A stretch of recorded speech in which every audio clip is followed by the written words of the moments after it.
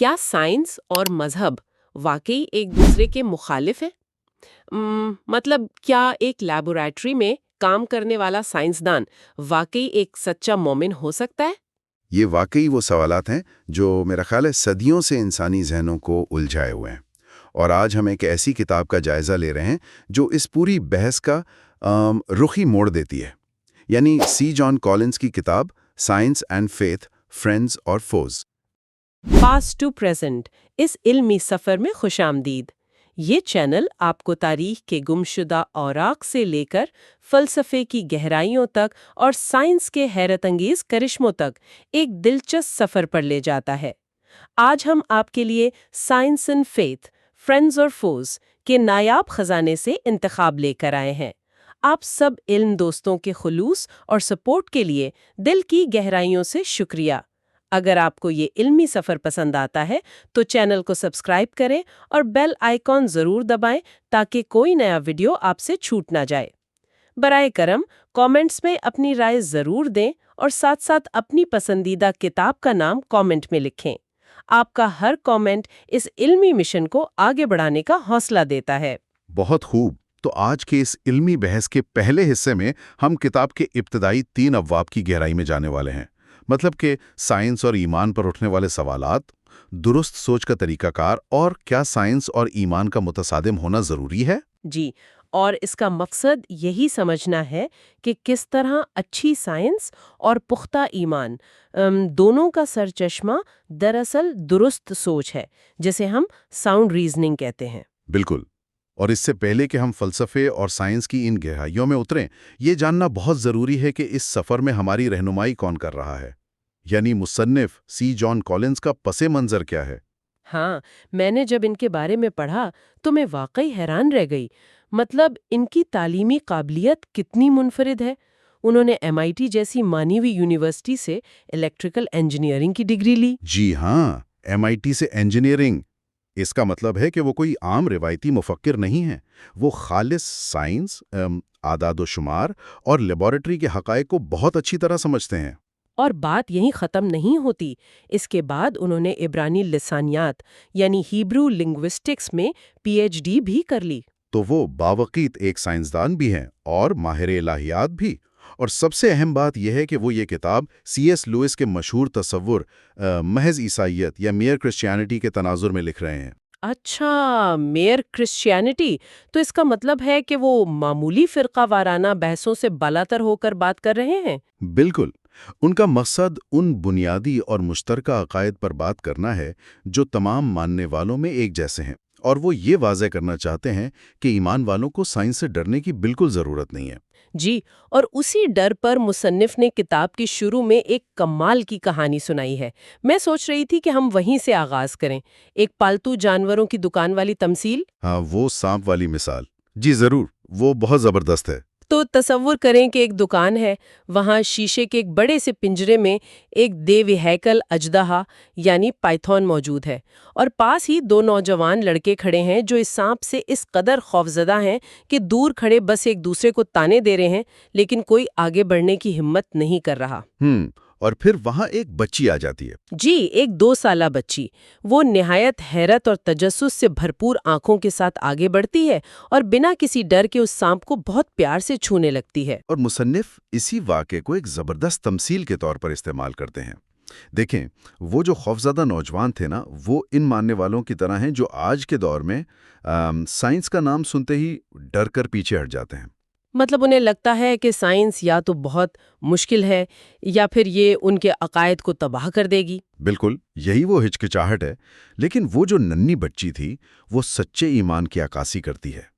سچے ایمان کو فطرت سے یا سائنس سے ڈرنے کی ضرورت نہیں، اسے تو ذہنی بھرپور پن اور تجسس کے ساتھ کائنات کو کھوجنا چاہیے۔ یہ بات تو بہت متاثر کن ہے۔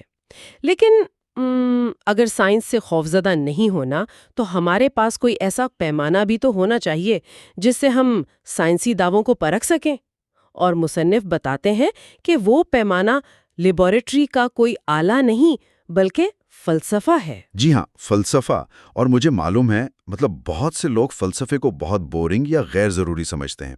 انہیں لگتا ہے یہ بس باتوں کی حد تک ہے۔ ہاں، عام طور پر یہی تاثر پایا جاتا ہے۔ لیکن مشہور مفکر جی کے چیسٹرٹن نے بڑی کمال کی بات کہی تھی۔ ان کے مطابق انسان کے پاس صرف دو ہی راستے ہیں، یا تو وہ ایک سوچی سمجھی اور شعوری فلسفی اپنائے، یا پھر انجانے میں کسی ٹوٹی پھوٹی اور غیر شعوری فلسفی کا شکار ہو جائے۔ بالکل درست۔ ہم فلسفے کے بغیر رہ ہی نہیں سکتے، اور سی ایس لوئس کا بھی تو یہی ماننا تھا نا کہ اصل فرق سائنسی اور غیر سائنسی سوچ میں نہیں ہے۔ جی، وہ کہتے ہیں کہ اصل فرق منطقی اور غیر منطقی سوچ میں ہے۔ تو اگر سب کچھ منطق اور ساؤنڈ ریزننگ پر کھڑا ہے تو یہ درست سوچ کا طریقہ کار کام کیسے کرتا ہے؟ مصنف نے اس کے کچھ اجزاء بتائے ہیں۔ جی، ایک درست دلیل کے 4 بنیادی حصے ہوتے ہیں۔ پہلا ہے ڈیٹا، یعنی خام حقائق، کیا آپ نے حقائق کو ایمانداری سے پیش کیا ہے؟ دوسرا حصہ ہے مفروضے، یعنی پریمیسز۔ مفروضے سے مراد وہ باتیں ہیں جنہیں ہم بحث شروع کرنے سے پہلے ہی سچ مان لیتے ہیں نا؟ بالکل۔ اور تیسرا حصہ ہے اصطلاحات یا ٹرمز، مطلب جب ہم کہتے ہیں کہ فلاں چیز سائنسی ہے تو کیا ہم سب اس لفظ کا ایک ہی مطلب نکال رہے ہیں؟ اور چوتھا حصہ منطق ہے۔ یہاں کتاب میں ان مفروضوں کے حوالے سے ایک اور لفظ استعمال ہوا ہے، ٹچ سٹون ٹروتھس۔ یہ بنیادی سچائیاں کیا ہیں اور سائنس میں ان کا کیا کام؟ دیکھیں، یہ وہ سچائیاں ہیں جنہیں تسلیم کیے بغیر آپ لیبارٹری میں قدم ہی نہیں رکھ سکتے۔ مثال کے طور پر یہ ماننا کہ میں وجود رکھتا ہوں، یا یہ کہ انسان کے پاس فیصلہ کرنے کا آزادانہ اختیار یعنی فری ول ہے۔ اچھا، لیکن اگر کوئی ان بنیادی سچائیوں کا انکار کر دے تو کیا ہوگا؟ مطلب جیسے طبعی سائنس کا ایک نظریہ ہے کٹر مادیت پرستی یا مٹیریلزم، جو یہ دعویٰ کرتا ہے کہ سب کچھ محض مادہ ہے۔ جی، مادیت پرستی کہتی ہے کہ انسان کے تمام خیالات محض دماغ میں ایٹموں کی بے ترتیب حرکت کا نتیجہ ہے۔ اب اگر ایسا ہے تو پھر انسان کی آزادانہ سوچ یا فری ول تو ختم ہو گئی نا؟ ہاں، پھر تو ہمارے خیالات محض کیمیائی رد عمل بن گئے، اور کیمیکل ریاکشن تو بس ایک طبعی عمل ہوتا ہے، وہ سچا یا جھوٹا تو نہیں ہو سکتا۔ بالکل۔ تو اگر ہمارے خیالات اندھے کیمیکلز کا نتیجہ ہیں تو ہمارا یہ خیال کہ مادیت پرستی سچ ہے وہ بھی تو بس ایک کیمیکل ری ایکشن ہوا۔ واہ، یہ تو ایک زبردست پیراڈاکس ہے۔ یعنی مادیت پرستی کا نظریہ خود اپنی سچائی کو ثابت کرنے کے قابل نہیں رہتا، وہ اپنی ہی جڑ کاٹ رہا ہے۔ بالکل، ایسا نظریہ خود اپنے بوجھ تلے گر جاتا ہے، اور یہی وجہ ہے کہ درست سوچ اور منطقی کڑیوں کی اہمیت اتنی زیادہ ہے۔ منطقی کڑیوں کو سمجھانے کے لیے کتاب میں وہ گمشدہ بسکٹ والی جاسوسی تمثیل بھی دی گئی ہے، وہ بڑی زبردست لگی مجھے۔ ہاں، وہ مسنگ کوکی والی مثال، اس سے اوکم کا استرا یعنی اوکمز ریزر کا اصول بڑی آسانی سے سمجھ آ جاتا ہے۔ جی، مطلب فرض کریں کوکی جار سے آخری بسکٹ غائب ہے۔ اب ایک جاسوس دور رہنے والے کسی رشتہ دار پر تو شک نہیں کرے گا، بچے پوچھے بغیر کھاتے نہیں، لیکن بیوی کی عادت ہے چلتے پھرتے بسکٹ کھا لینے کی۔ تو منطق کیا کہتی ہے؟ سب سے سادہ اور مناسب دلیل یہی ہے کہ بسکٹ بیوی نے کھایا ہے۔ بالکل، ہم یہ فرض نہیں کرتے کہ کوئی خلائی مخلوق چھت پھاڑ کر آئی اور بسکٹ لے گئی۔ اور سائنس بھی اسی اوکمز ریزر کے اصول پر چلتی ہے، سب سے سادہ اور براہ راست وجہ کی تلاش۔ اچھا، اب جب ہم نے درست سوچ کے اصول طے کر لیے تو پھر یہ دیکھنا بہت ضروری ہے کہ ہم سائنس اور ایمان کو دراصل کس خانے میں رکھتے ہیں۔ جب ہم لفظ سائنس سنتے ہیں تو ہمیں لگتا ہے یہ بالکل موروثی اور تعصبات سے پاک چیز ہے۔ کیا سائنس واقعی 100% غیر جانبدار ہے؟ عام تاثر تو یہی ہے، لیکن حقائق تھوڑے مختلف ہیں۔ لفظ سائنس لاطینی لفظ سائنشیا سے نکلا ہے۔ اس کا مطلب محض کیمیکلز یا لیبوریٹری نہیں ہے، بلکہ کسی بھی موضوع کا منظم اور عقلی مطالعہ ہے۔ تو مطلب تاریخ میں کسی اور چیز کو بھی سائنس سمجھا جاتا تھا؟ بالکل، پرانے وقتوں میں الہیات اور فلسفے کو بھی سائنس کا ہی درجہ حاصل تھا۔ ہم نے آج اسے محض طبعی دنیا تک محدود کر دیا ہے۔ ہاں، اور اسی محدود کرنے پر مجھے نیشنل سائنس ٹیچرز ایسوسی ایشن یعنی NSTA کی وہ تعریف یاد آ رہی ہے جو کتاب میں دی گئی ہے۔ جی، ان کی سائنس کی تعریف۔ وہ کہتے ہیں کہ سائنس صرف طبعی دنیا کو طبعی عمل یعنی نیچرل پروسیسز کے ذریعے سمجھنے کا نام ہے۔ تو میں یہ الجھن کا شکار تھی کہ اگر ہم یہ مان لیں تو کیا ہم خود بخود خدا یا کسی بھی مافوق الفطرت ہستی کو پہلے دن ہی بحث سے باہر نہیں کر رہے؟ یہ بہت ہی اہم سوال ہے، اور مصنف یہاں ایک انتہائی اہم اور باریک فرق واضح کرتے ہیں۔ وہ دو اصطلاحات استعمال کرتے ہیں، میتھڈولوجیکل نیچرلزم اور فلسفیکل نیچرلزم۔ طریقہ کار کی طبعی پسندی اور فلسفیانہ طبعی پسندی؟ بالکل، دیکھیں، طریقہ کار کی طبعی پسندی یا میتھڈولوجیکل نیچرلزم ایک نہایت مفید سائنسی ماڈل ہے۔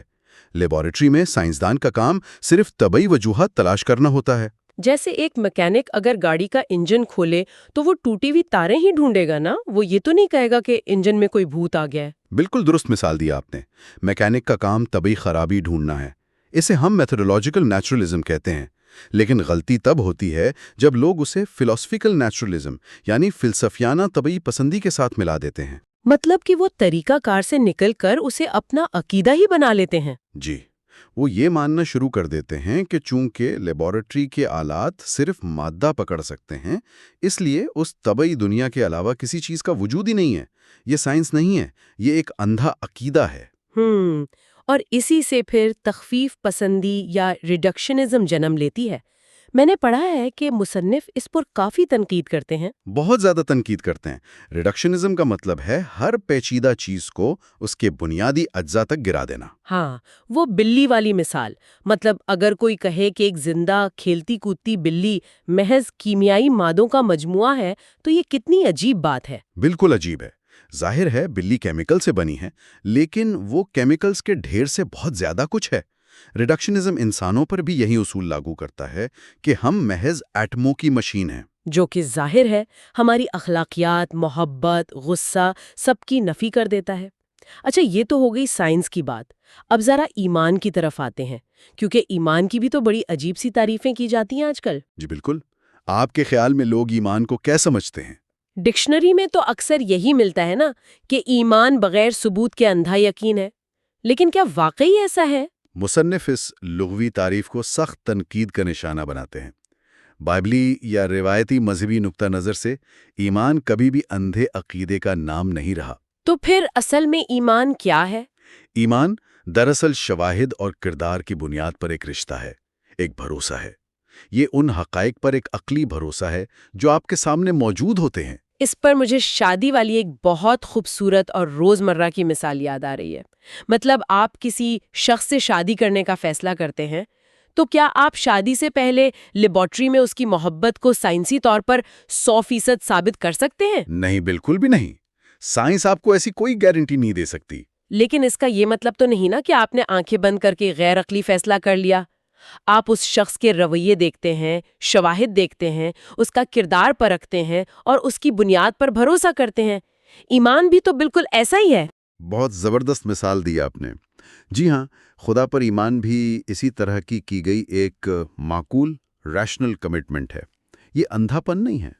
چلے، جب ہم نے سمجھ لیا کہ سائنس ایک محدود طبعی دائرے میں کام کرتی ہے اور ایمان شواہد پر مبنی ایک عقلی بھروسہ ہے، تو پھر یہ دونوں آپس میں ٹکراتے کہاں ہیں؟ جنگ کس بات کی ہے؟ دیکھیں، ان کے درمیان تعلق کو سمجھنے کے لیے مصنف 4 ممکنہ ماڈلز پیش کرتے ہیں۔ پہلا تو وہی ہے تصادم یا کانفلکٹ کا ماڈل۔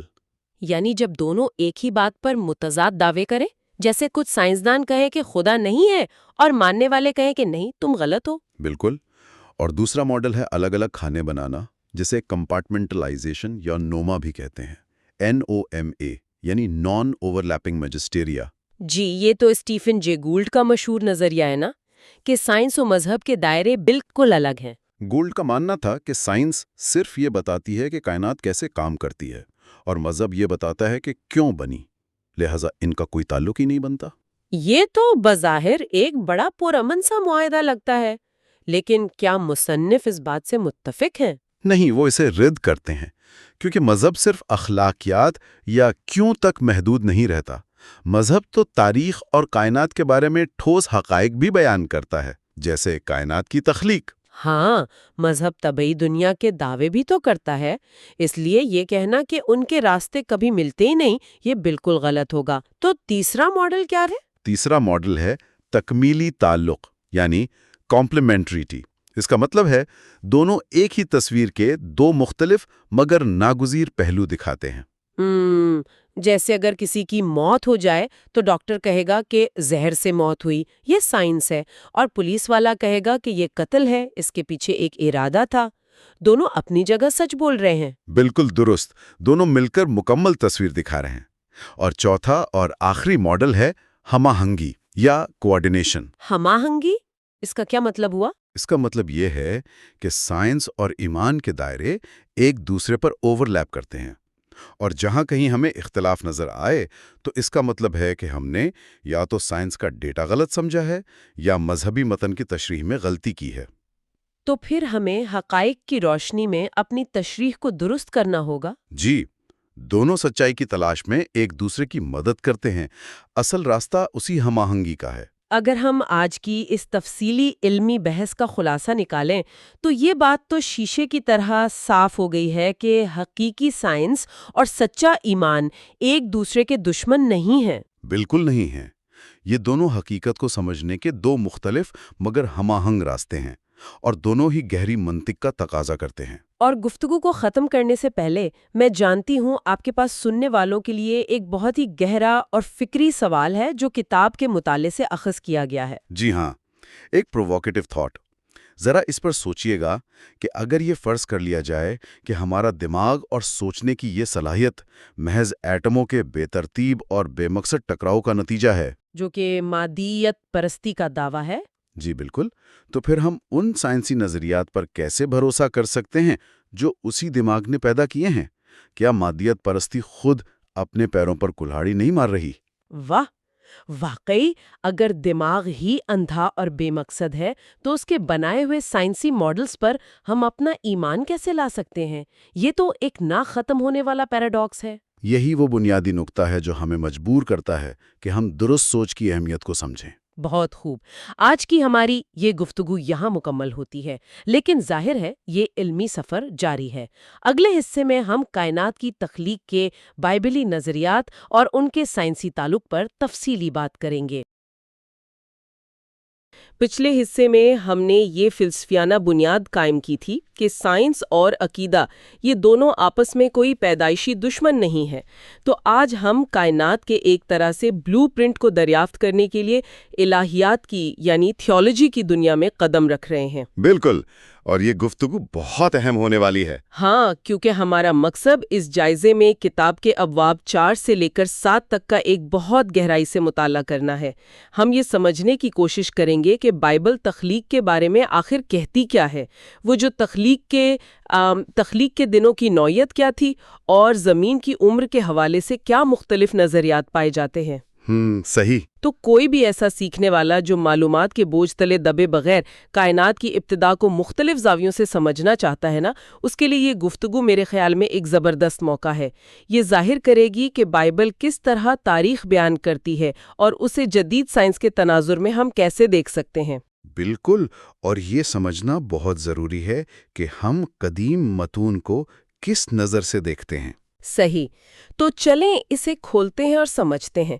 لوگ اکثر یہ کہتے ہیں کہ پیدائش کی کتاب کے باب 1 اور باب 2 میں تخلیق کی 2 بالکل مختلف کہانیاں ہیں جو بظاہر آپس میں ٹکراتی ہیں۔ مطلب میں سوچ رہی تھی کہ کیا واقعی ایسا ہے؟ کیا یہ کوئی تضاد ہے؟ دیکھیں، یہ تضاد محسوس ہونا بہت فطری سی بات ہے، کیونکہ ہمارا جو جدید ذہن ہے نا، وہ ہر چیز کو ایک سیدھی لکیر یعنی ایک لینئر ترتیب میں دیکھنے کا عادی ہے۔ جب ہم پیدائش کا پہلا باب پڑھتے ہیں تو اس میں ایک خاص ترتیب نظر آتی ہے۔ دن 1، دن 2، اس طرح۔ جی، اور پھر دوسرے باب میں یہ ترتیب بالکل مختلف لگتی ہے، خاص طور پر پودوں، جانوروں اور انسان کی تخلیق کے حوالے سے۔ لیکن سی جان کولنز اپنی اس تحقیق میں بہت واضح کرتے ہیں کہ ان دونوں ابواب کا جو ادبی تعلق ہے وہ متصادم نہیں ہے بلکہ تکمیلی ہے، مطلب ایک دوسرے کو مکمل کرتے ہیں۔ ایک مثال ذہن میں آ رہی تھی، یہ بالکل ایسا ہی ہے نا جیسے گوگل میپس پر پہلے آپ پوری دنیا کا نقشہ دیکھیں اور پھر زوم ان کر کے کسی ایک خاص گلی کا یعنی ایک تفصیلی منظر دیکھ لیں۔ واہ، یہ بہت زبردست تشبیہ ہے۔ بالکل ایسا ہی ہے۔ پہلا باب دراصل ایک میکرو منظر پیش کرتا ہے جس میں پوری کائنات کی تخلیق کا ایک وسیع خاکہ 6 دنوں میں سمیٹا گیا ہے، اور جو دوسرا باب ہے خاص طور پر 4 آیت کے بعد وہ اسی خاکے کے 6 دن پر مائکرو سطح پر زوم ان کرتا ہے، خاص طور پر انسان کی تخلیق پر۔ اچھا، لیکن اگر باب 2 دراصل چھٹے دن کی ہی تفصیل ہے تو پھر اس پورے بیانیے میں وہ کون سی چیز ہے جو اسے اس دور کی دیگر داستانوں سے الگ کرتی ہے؟ کیونکہ میرا مطلب ہے کہ بابل اور مصر کی پرانی داستانوں میں بھی تو کائنات بننے کا ذکر ملتا ہے نا؟ یہاں جو بات سب سے زیادہ حیران کن ہے وہ یہ ہے کہ اور یہ اسے بالکل منفرد بناتی ہے، وہ ہے پیدائش باب 1 کی پہلی آیت میں موجود کچھ نہ ہونے سے تخلیق کا تصور، یعنی کریشن ایکس نیہیلو؟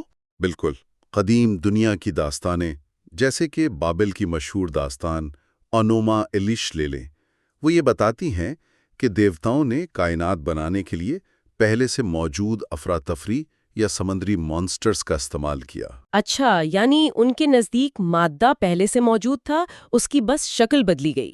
جی بالکل، لیکن اس کے برعکس بائبل کا تصور یہ ہے کہ خدا نے کائنات کو مکمل طور پر عدم سے وجود میں لایا۔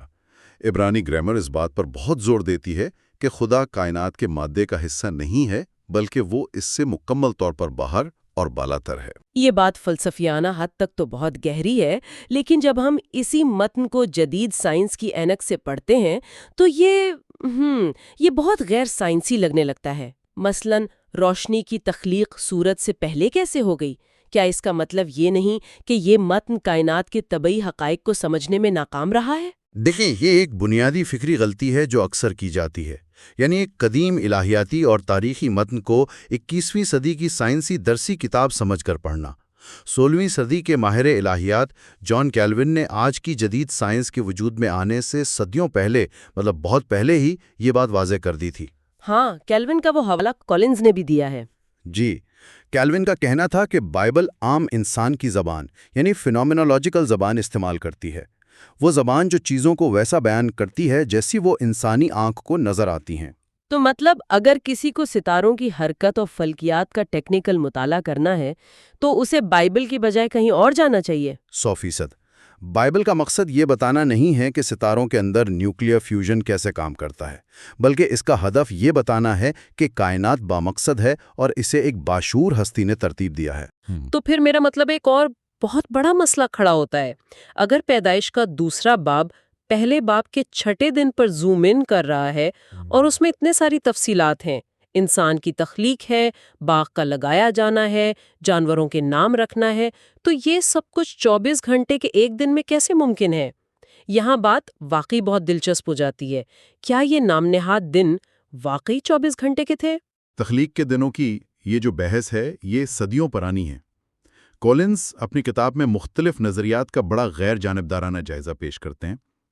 پہلا نظریہ لغوی نظریہ ہے، جس کا مطلب ہے کہ یہ ہو بہو 24 گھنٹے کے دن تھے۔ بالکل، لیکن جب متن کا گہرائی سے مطالعہ کیا جاتا ہے تو اس میں اندرونی پیچیدگیاں سامنے آتی ہیں۔ مثال کے طور پر پیدائش باب 2 کی 5ویں اور 7ویں آیت کے مطابق پودے زمین پر اس لیے نہیں آگے تھے کیونکہ بارش نہیں ہوئی تھی۔ ایک منٹ، تو اس میں کیا قباحت ہے؟ مطلب اگر صرف 2 یا 3 دن ہی گزرے تھے تو بارش نہ ہونے کا کیا مطلب؟ 3 دن بارش نہ ہونے سے پودوں پر کیا فرق پڑتا ہے؟ ہاں، یہی وہ نقطہ ہے جہاں یہ لغوی نظریہ کمزور پڑتا ہے۔ اگر یہ واقعی محض 24 گھنٹے کے عام دن تھے تو بارش کے انتظار کی بات بے معنی ہو جاتی ہے۔ پودوں کا بارش کے انتظار میں نہ اگنا واضح طور پر ایک طویل قدرتی عمل اور ایک عام زرعی سائیکل کی طرف اشارہ کرتا ہے۔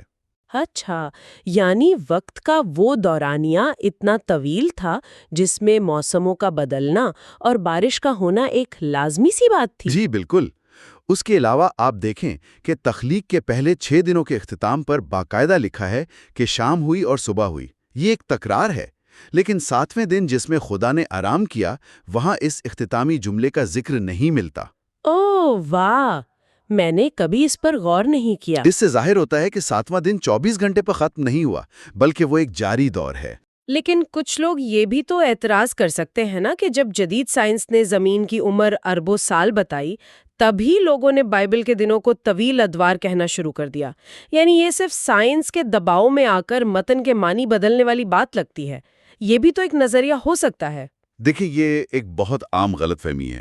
تاریخی حقائق ہمیں بتاتے ہیں کہ 4 صدی کے مشہور دانشور سینٹ آگسٹین نے بھی ان دنوں کو 24 گھنٹے کے عام دن نہیں مانا تھا۔ اور آپ غور کریں کہ یہ بات جدید ارضیات یا بگ بینگ کے نظریے سے 1400 سال پہلے کی ہے۔ واقعی؟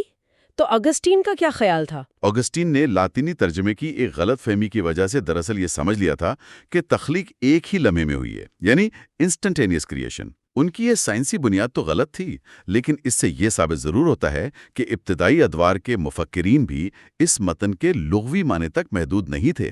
وہ سوچ رہے تھے کہ ان دنوں کا اصل مطلب کیا ہے۔ ٹھیک ہے، تو پھر اگر یہ دن 24 گھنٹے کے نہیں تھے تو مطلب ڈے ایج نظریہ اور فریم ورک نظریہ کیا کہتے ہیں؟ بعض لوگ تو فریم ورک نظریے کو محض شاعری قرار دے کر جان چھڑانے کی کوشش کرتے ہیں۔ کیا یہ واقعی صرف شاعری ہے تاکہ سائنسی سوالات سے بچا جا سکے؟ نہیں، فریم ورک نظریہ محض کوئی ڈھیلی ڈھالی شاعری نہیں ہے۔ یہ قدیم مشرقی دنیا کا ایک انتہائی منظم ادبی اسلوب ہے۔ یہ نظریہ تخلیق کے دنوں کو ایک منطقی اور ہم آہنگ ڈھانچے میں دیکھتا ہے۔ وہ کیسے؟ اس کے مطابق پہلے 3 دن مقامات کی تخلیق کے ہیں اور اگلے 3 دن ان مقامات کے مکینوں کی تخلیق کے ہیں۔ اچھا، مقامات اور مکین۔ بالکل۔ مثال کے طور پر پہلے دن روشنی بنی تو چوتھے دن سورج اور چاند بنے، دوسرے دن سمندر اور آسمان الگ ہوئے تو 5ویں دن ان کے لیے مچھلیاں اور پرندے بنے، تیسرے دن خشکی اور پودے ابھرے تو چھٹے دن خشکی کے جانور اور انسان بنے۔ ارے، یہ تو ایک باقاعدہ ادبی خاکہ ہے جو وقت کے تسلسل کے بجائے کائنات کی ترتیب اور مقصد کو ظاہر کر رہا ہے۔ جی، اور کالنز اسے بڑی تفصیل سے بیان کرتے ہیں، لیکن کالنز خود اینالوجیکل دن یعنی تشبیہی دنوں کا نظریہ پیش کرتے ہیں۔ تشبیہی دن وہ کیا ہوتا ہے؟ ان کے نزدیک یہ دن دراصل خدا کے کام کے دن ہے۔ ہمارا کام کا ہفتہ خدا کے کام کے ہفتے کی ایک تشبیہ ہے۔ اگر ہم اسے وسیع تر تناظر میں دیکھیں تو خروج کی کتاب میں جو سبت کا یعنی آرام کے دن کا حکم ہے وہ اسی تشبیہ پر مبنی ہے۔ انسان کا کام اور آرام خدا کے کام اور آرام کے مشابہ ہے۔ تو اس سب کا اصل مطلب کیا ہے؟ اگر ہم یہ مان لیں کہ دن 24 گھنٹے کے نہیں تھے تو لوگ زمین کی عمر نکالنے کے لیے ایک اور طریقہ بھی تو استعمال کرتے ہیں۔ مطلب وہ بائبل کے باب 5 اور 11 میں موجود شجرہ نسب کی فہرستوں کو دیکھتے ہیں۔ جی ہاں، بالکل دیکھتے ہیں۔ کیا ہم ان فہرستوں کو ایک کیلکولیٹر لے کر جمع نہیں کر سکتے؟ لوگ یہ دیکھتے ہیں کہ کون کتنے سال جیا، اس نے کس عمر میں کسے پیدا کیا، ان سب کو جمع کرتے ہیں اور کہتے ہیں کہ زمین کی عمر لگ بھگ 6000 سال ہے۔ یہ طریقہ کتنا قابل عمل ہے؟ یہ تو ایسا ہے جیسے کوئی اپنے خاندان کی تاریخ بیان کرتے ہوئے اپنے پردادا کا ذکر کرے، لیکن بیچ کی تمام نسلوں کو چھوڑ دے کیونکہ اس کا مقصد صرف تعلق جوڑنا ہے، کیلنڈر بنانا نہیں۔ آپ نے بالکل صحیح مثال دی۔ 19ویں صدی کے ایک بہت مشہور محقق تھے WH گرین۔ انہوں نے اس ریاضیاتی طریقہ کار کی خامیوں کو بے نقاب کیا تھا۔ گرین نے بائبل کے مختلف شجرہ نسب کا تقابلی جائزہ لیا اور یہ ثابت کیا کہ ان فہرستوں میں باقاعدہ خلا موجود ہیں، یعنی گیپس ہیں۔ مطلب بیچ کی نسلیں غائب ہیں جان بوجھ کر؟ جی، اور یہ کوئی جدید ایجاد نہیں ہے، بلکہ بائبل لکھنے والوں کا ایک خاص ادبی طریقہ تھا جسے دوربین کی طرح سمیٹنا یا ٹیلیسکوپنگ کہا جاتا تھا۔ کوئی مثال ہے اس کی؟ بالکل، میتی کی انجیل اس کی ایک بہت واضح مثال ہے۔ وہاں یسوع کے شجرہ نسب کو جان بوجھ کر 14 نسلوں کے 3 حصوں میں تقسیم کیا گیا ہے۔ اس ادبی توازن کو یعنی اس ردھم کو پیدا کرنے کے لیے کئی بادشاہوں کے ناموں کو جان بوجھ کر حذف کر دیا گیا ہے۔ اگر میں اسے روزمرہ کی زندگی سے جوڑوں، جیسے کوئی شخص فخر سے کہے کہ میں شیر شاہ سوری کی نسل سے ہوں اور اپنے نام کو سیدھا ان سے جوڑ دے، اس کا مقصد صرف اپنا تاریخی اور خاندانی تعلق ثابت کرنا ہوتا ہے۔ لیکن اگر کوئی اس کی بات کو لغوی معنوں میں لے اور سمجھے کہ شیر شاہ سوری اس کا براہ راست دادا ہے، تو ریاضیاتی حساب تو بالکل ہی ٹوٹ جائے گا نا۔ 400 سال کی تاریخ بیچ میں سے غائب ہو جائے گی۔ بالکل درست۔ یہ قدیم شجرہ نسب بھی اسی طرح کام کرتے تھے۔ کالنز اور گرین بتاتے ہیں کہ بائبل کے ان شجرہ نسب کا مقصد کیلنڈر یا کوئی ٹائم لائن بنانا تھا ہی نہیں۔ ان کا مقصد الہیاتی اہمیت، وراثت اور قانونی تعلق کو واضح کرنا تھا۔ یہاں ایک اہم سوال پیدا ہوتا ہے کہ کیا ہم لفظ پیدا کیا کا مطلب ہمیشہ براہ راست باپ ہی لیں گے؟ ہاں، عبرانی زبان میں تو اس کا مطلب مختلف بھی ہو سکتا ہے نا؟ جی، قدیم مشرقی زبانوں میں اس کا مطلب آباء و اجداد میں سے ہونا یعنی اینسیسٹر آف ہونا بھی ہوتا ہے۔ کیا متن کے اندر ہی کوئی ایسی واضح ریاضیاتی ناممکنات موجود ہیں جو یہ ثابت کرتی ہوں کہ نسلیں واقعی غائب ہیں، مطلب جس پر بحث ہی نہ ہو سکے؟ یقیناً ہے۔ خروج کی کتاب میں موسیٰ کے دادا قحات کا جو ذکر ہے وہ اس کی سب سے بڑی دلیل ہے۔ بائبل بتاتی ہے کہ جب بنی اسرائیل مصر سے نکلے تو قحات کی نسل کے مردوں کی تعداد 8600 تھی۔ 1 منٹ، 8600 صرف دادا کی نسل سے؟ بالکل۔ اب آپ خود سوچیں، حیاتیاتی اور ریاضیاتی طور پر یہ مکمل ناممکن ہے کہ ایک شخص کے محض 1 مہینے کے عرصے کے اندر 8600 بالغ مرد پوتے اور پڑپوتے موجود ہوں۔ ہاں، یہ تو ناممکنات میں سے ہے۔ اس کا واحد منطقی نتیجہ یہی نکلتا ہے کہ قحات اور موسیٰ کے درمیان بہت سی نسلیں گزری ہیں جنہیں متن نے محض غیر ضروری سمجھ کر چھوڑ دیا ہے۔ لہٰذا ان فہرستوں کی بنیاد پر زمین کی عمر کا حساب لگانا ایک بے معنی مشق ہے۔ اچھا، تو اگر شجرہ نسب اور تخلیق کے دن ہمیں کوئی حتمی عمر نہیں دیتے، تو پھر بائبل کے نئے عہد نامے میں جو یسوع کے الفاظ ہیں، جہاں وہ کہتے ہیں کہ تخلیق کی ابتدا سے خدا نے انہیں مرد اور عورت بنایا، کچھ لوگ اس جملے کو بنیاد بنا کر کہتے ہیں کہ دیکھیں جی، انسان کائنات کے بالکل آغاز ہی میں بنا دیے گئے تھے، یعنی بگ بینگ اور اربوں سال کے ارتقاء کا تو کوئی وجود ہی نہیں ہے۔ اس بات کو ہم کیسے سمجھیں؟ دیکھیں، کسی بھی متن کو سمجھنے کے لیے اس کا سیاق و سباق یعنی کانٹیکسٹ بنیادی شرط ہے۔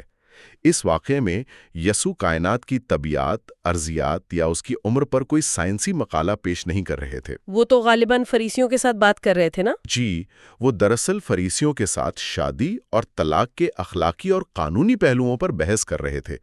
جب انہوں نے تخلیق کی ابتدا کا ذکر کیا تو کولنز واضح کرتے ہیں کہ ان کا اشارہ انسانی تاریخ کے آغاز اور شادی کے ادارے کی ابتدا کی طرف تھا، نہ کہ پوری کائنات کے طبعی آغاز کی طرف۔ اچھا، یعنی کائنات اربوں سال پرانی بھی ہو، لیکن انسانیت کی تاریخ اس کے بالکل آخری حصے میں شروع ہوتی ہے، اور وہ اشارہ اسی انسانی دور کے آغاز کی طرف تھا۔ بالکل، اور یہ نقطہ پرانے اور نئے دونوں سائنسی نظریات کے ماننے والوں کے لیے ہے۔ بائبل ہمیں یہ بتاتی ہے کہ انسانیت کا ایک طویل تسلسل ہے، لیکن یہ کسی حتمی زیادہ سے زیادہ عمر کا کسی اپر لمٹ کا تعین نہیں کرتی۔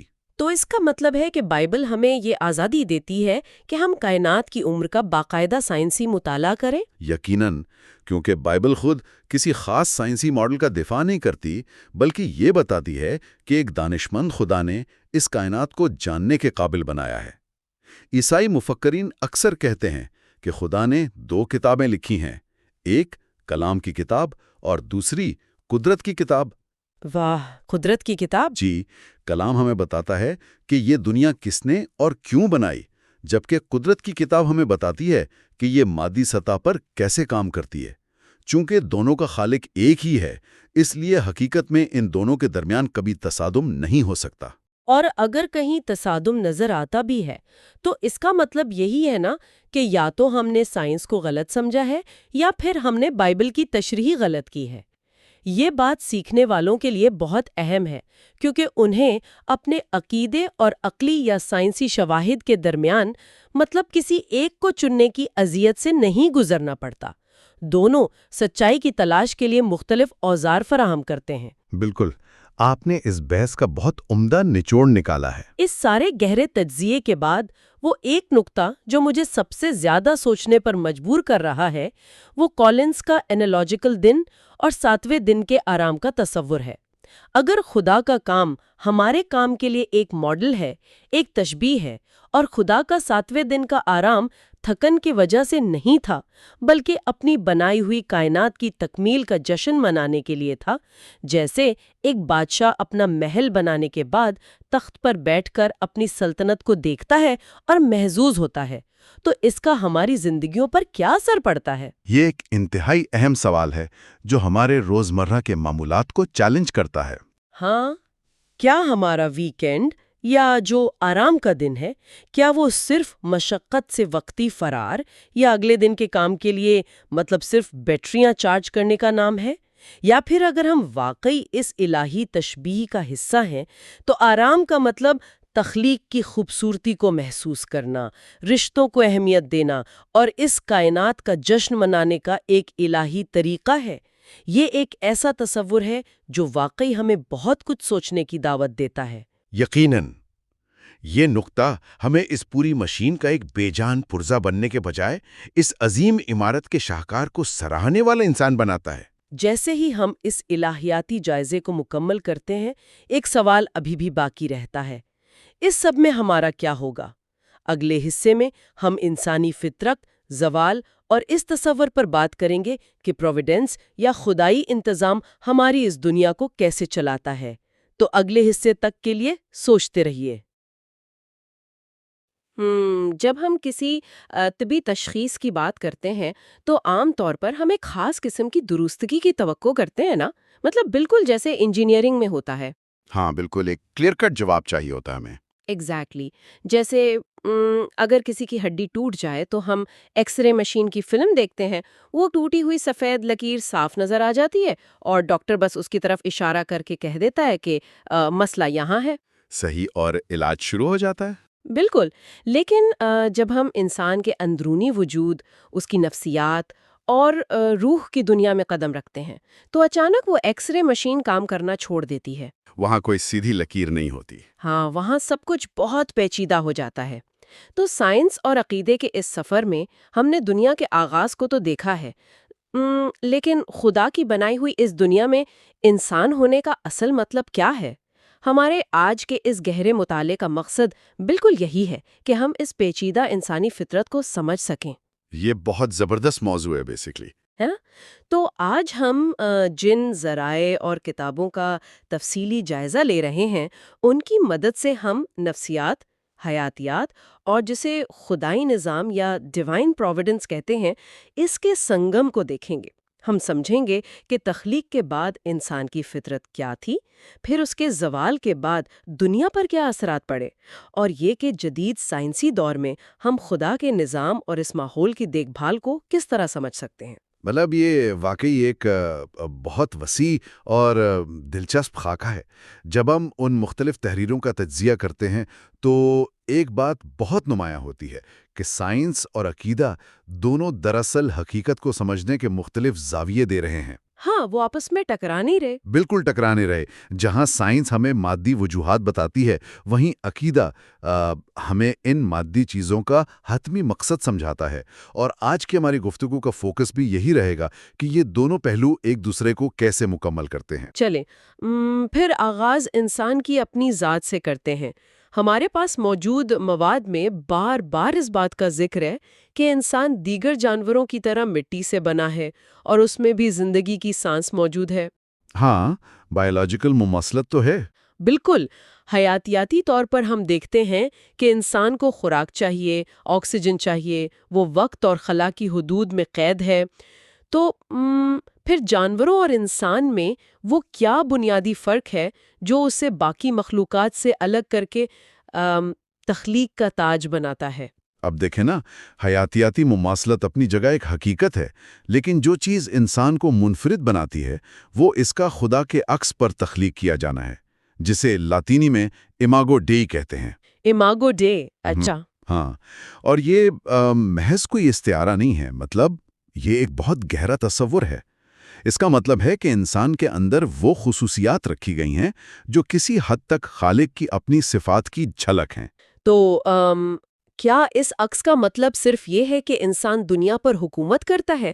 کیونکہ تاریخی طور پر تو زیادہ تر تشریح اسی حوالے سے کی گئی ہے نا کہ انسان کے پاس طاقت ہے۔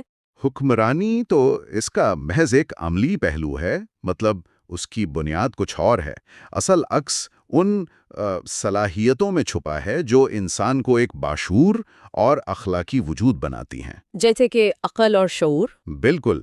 مثال کے طور پر انسان کی عقل، اس کا زبان کے ذریعے پیچیدہ خیالات کا اظہار کرنا، یا اخلاقیات کا گہرا شعور، خوبصورتی کو محسوس کرنے اور فن تخلیق کرنے کی صلاحیت۔ اب ایک جانور بقا کی جنگ لڑتا ہے، لیکن انسان سمفنی لکھتا ہے، کہکشاؤں پر غور کرتا ہے اور بے غرض محبت کر سکتا ہے۔ ارے واہ، یہ واقعی ایک بہت بڑا فرق ہے۔ اور ایک اور اہم بات، جو مواد ہم دیکھ رہے ہیں وہ آدم اور حوا کو محض تمثیلی کرداروں کے بجائے انسانیت کے حقیقی اجداد کے طور پر پیش کرتا ہے، جہاں حوا کو تمام زندوں کی ماں کہا گیا ہے۔ اچھا، یعنی لفظی معنوں میں حقیقی اجداد۔ ہاں، یہ نکتہ اس لیے اہم ہے کیونکہ یہ پوری انسانیت کو ایک مشترکہ فطرت اور برابری کی سطح پر لا کھڑا کرتا ہے۔ یہ بات ذہن میں ایک بہت دلچسپ خاکہ بناتی ہے۔ اگر انسان کے اندر خدا کا عکس ہے تو وہ اس حیاتیاتی جسم میں کیسے کام کرتا ہے؟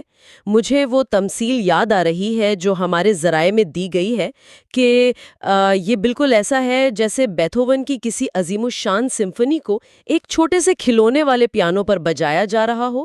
ہاں، وہ پیانو والی مثال بہت فٹ بیٹھتی ہے یہاں۔ بالکل، ظاہر ہے اس چھوٹے پیانو کی آواز، اس کی چابیاں محدود ہیں، لیکن جو دھن اس پر بج رہی ہے وہ اسی عظیم موسیقار کی ہے۔ البتہ یہاں میرے ذہن میں ایک خلش پیدا ہوتی ہے۔ وہ کیا؟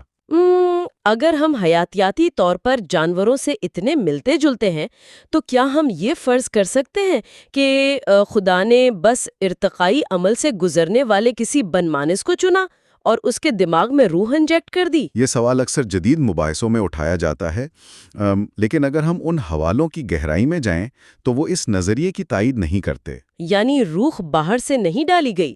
نہیں، بالکل نہیں۔ انسان جسم اور روح کا کوئی عارضی یا الگ الگ حصوں کا مجموعہ نہیں ہے۔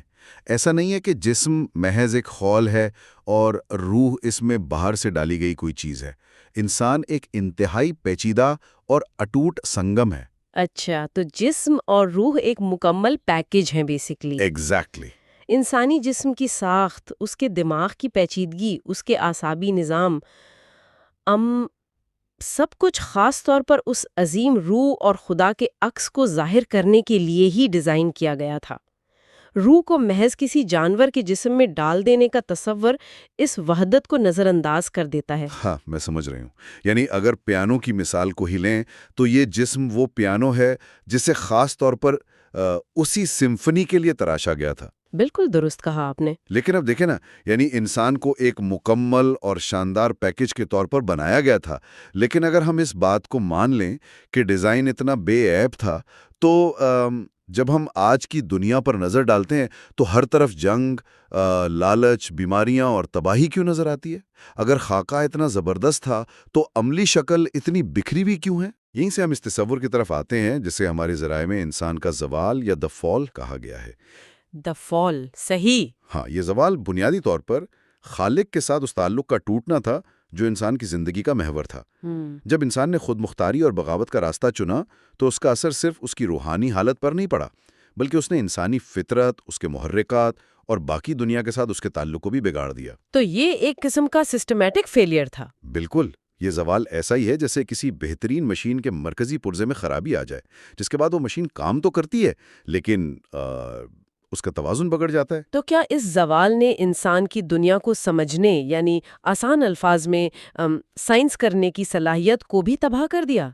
کیونکہ اگر ہمارا دماغ بھی زوال کا شکار ہے تو ہم ان سائنسی حقائق پر کیسے بھروسہ کر سکتے ہیں؟ یہ ایک بہت باریک نکتہ ہے۔ زوال نے انسان کی عقل یا کائنات کو دریافت کرنے کی بنیادی صلاحیت کو ختم نہیں کیا۔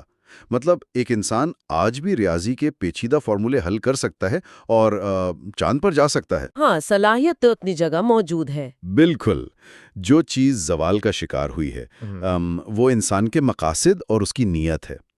آج کا سائنسداں ایٹم کے راز دریافت کر لیتا ہے، لیکن پھر اس علم کو توانائی بنانے کے بجائے ایٹم بم بنانے کے لیے استعمال کرتا ہے۔ اف، یہ تو بہت خوفناک مثال ہے۔ یعنی خرابی علم میں نہیں، اس کے استعمال کے پیچھے چھپے انسان کے ارادوں میں آئی ہے۔ بالکل صحیح۔ چلیں، انسان کی حد تک تو یہ بات سمجھ آتی ہے کہ ہم نے اپنے مقاصد کو آلودہ کر لیا، لیکن فطرت کے بارے میں کیا خیال ہے؟ عام طور پر تو لوگ یہی سمجھتے ہیں کہ انسان کے زوال اور گناہ سے پہلے جانور بھی بڑے پرامن تھے، کوئی کسی کو نہیں کھاتا تھا، اور یہ شکار کرنا انسان کے زوال کا نتیجہ ہے۔ ہاں، یہ ایک بہت عام خیال ہے۔ لیکن فاسلز کا ریکارڈ اور ماڈرن سائنس تو واضح طور پر بتاتے ہیں کہ زمین پر انسان کے آنے سے کروڑوں سال پہلے بھی جانور ایک دوسرے کو کھا رہے تھے، تو یہ کیسے ممکن ہے؟ یہ واقعی ایک وسیع پیمانے پر پھیلی ہوئی غلط فہمی ہے کہ قدرتی دنیا کی ہر وہ چیز جو ہمیں بظاہر ظالمانہ لگتی ہے وہ انسان کے گناہ کا نتیجہ ہے۔ جو مواد ہم دیکھ رہے ہیں وہ بڑی صراحت سے بتاتا ہے کہ جانوروں کا شکار کرنا یا ماحولیاتی نظام میں موت کا پایا جانا کوئی اخلاقی برائی نہیں ہے۔ اچھا، یعنی یہ پہلے سے ہی ڈیزائن کا حصہ تھا؟ بالکل۔ اس میں زبور 104 کا ایک بہت مضبوط حوالہ موجود ہے جس میں بیان کیا گیا ہے کہ شیروں کو ان کا شکار خدا کی طرف سے ملتا ہے، یعنی خدا نے ہی اس ماحولیاتی نظام کو اس طرح ڈیزائن کیا ہے جہاں ایک جاندار دوسرے کی خوراک بنتا ہے۔ اگر ہم اس بات کو منطقی طور پر دیکھیں تو واقعی شیروں اور چیتوں کے دانت، ان کے پنجے اور ان کا نظام ہاضمہ گوشت کھانے کے لیے ہی بنا ہے۔ ایگزیکٹلی۔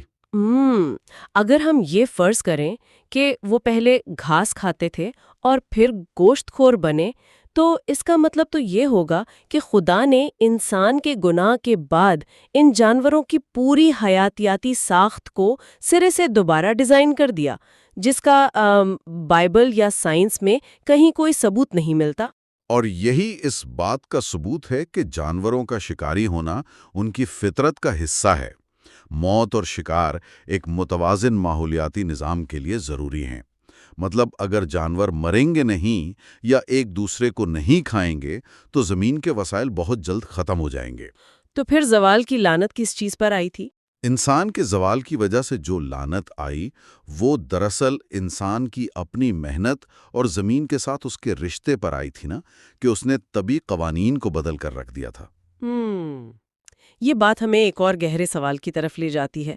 اگر جانور قدرتی قوانین کے تحت شکار کرتے ہیں، کشش ثقل اپنا کام کر رہی ہے اور ستارے اپنے طبی قوانین کے تحت گردش کر رہے ہیں، تو پھر خدا اس دنیا میں کیا کر رہا ہے؟ کیا یہ کائنات ایک گھڑی کی طرح ہے جسے چابی دے کر چھوڑ دیا گیا ہے اور اب وہ خود بخود چل رہی ہے؟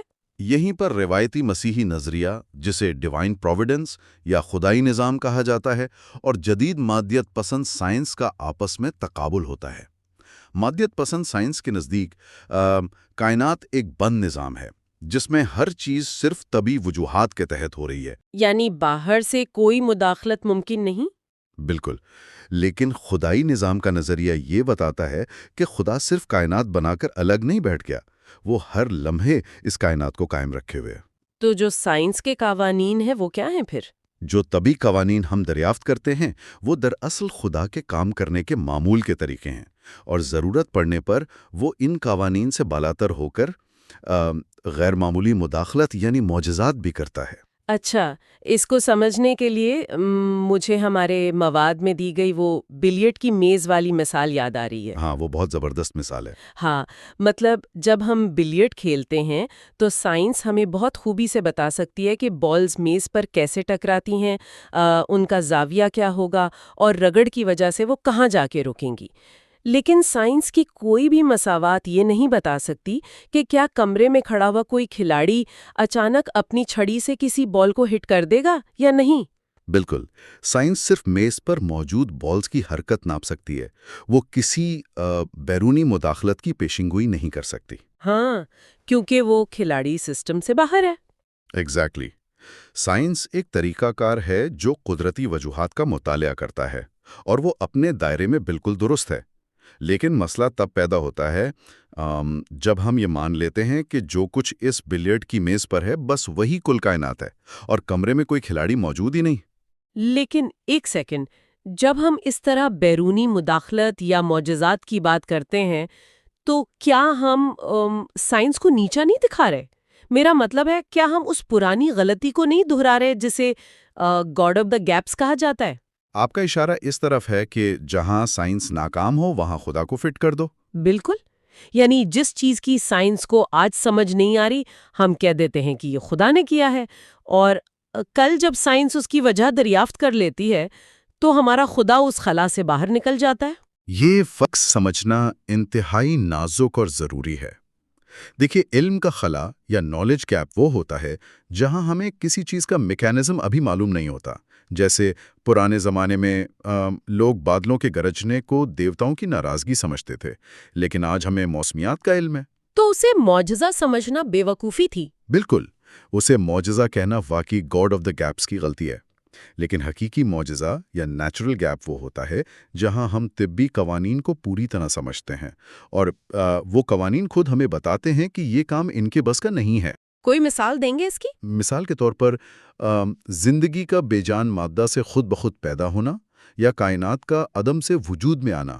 یہاں طبی وجوہات کی ناکامی بالکل واضح ہے، اور ایک باشعور بیرونی طاقت کی مداخلت منطقی طور پر ناگزیر ہو جاتی ہے. اچھا، تو اگر کائنات کے چلنے کے انداز میں ایک باشعور طاقت اتنی واضح ہے، تو کیا اس طبی دنیا کو دیکھ کر کوئی بھی انسان، چاہے وہ سائنسدان ہو یا ایک عام کسان، اس خالق کو پہچان سکتا ہے؟ کیا کائنات خود اپنے بنانے والے کی طرف اشارہ کرتی ہے؟ اس حوالے سے رومیو کے پہلے باب کا ایک حوالہ بہت بنیادی اہمیت رکھتا ہے، جس میں کہا گیا ہے کہ کائنات اور اس کی ساخت کو دیکھ کر خالق کی طاقت اور اس کی فطرت پوری طرح واضح ہو جاتی ہے.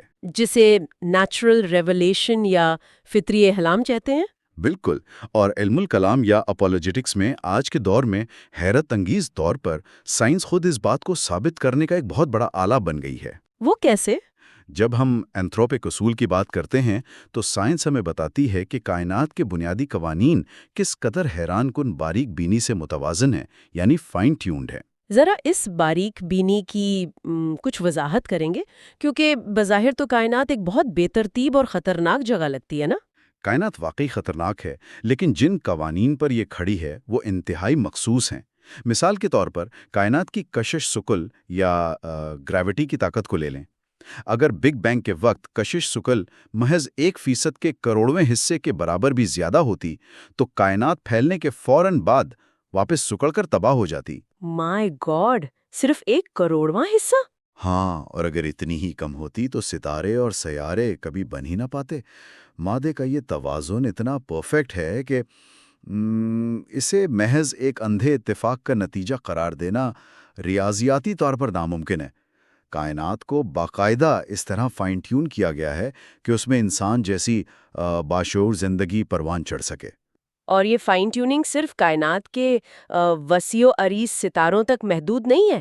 جب ہم اپنے اندر یعنی خلیوں کی سطح پر جھانکتے ہیں تو وہاں بھی یہی کہانی دہرائی جا رہی ہے نا؟ بالکل، سیلولر لیول پر بھی یہی کمال ہے. ڈی این اے کی مثال لے لیں. ڈی این اے محض کیمیکلز کا مجموعہ نہیں ہے، اس کے اندر باقاعدہ معلومات یا ایک پیچیدہ کوڈ موجود ہے جو زندگی کی ہر خصوصیت کو کنٹرول کرتا ہے. اب ہم جانتے ہیں کہ کیمیکلز آپس میں مل کر رد عمل تو ظاہر کر سکتے ہیں، لیکن وہ خود سے کوئی بامقصد کوڈ یا معلومات نہیں لکھ سکتے. یہ نقطہ بہت زبردست ہے. واقعی بے جان مادہ کبھی معلومات پیدا نہیں کر سکتا. بالکل ایسا ہی. جیسے اگر آپ کمپیوٹر کی اسکرین اور پلاسٹک کو دیکھیں تو وہ مادی چیزیں ہیں، لیکن ان مادی چیزوں کے اندر چلنے والا سافٹ ویئر کسی انجینئر کے دماغ کی تخلیق ہوتا ہے. ایگزیکٹلی. یہ ڈی این اے میں موجود معلومات کا پہلو حیاتیاتی ارتقاء کے نظریات سے یکسر مختلف اور کہیں زیادہ بنیادی بحث ہے. مطلب ارتقاء شاید یہ بتا سکے کہ ایک جاندار دوسرے میں کیسے بدلا، لیکن زندگی کے آغاز میں جو پہلا خلیہ بنا اس کے ڈی این اے میں وہ پیچیدہ سافٹ ویئر کیسے آیا؟ ہاں، مادی سائنس کے پاس اس کا کوئی جواب نہیں ہے.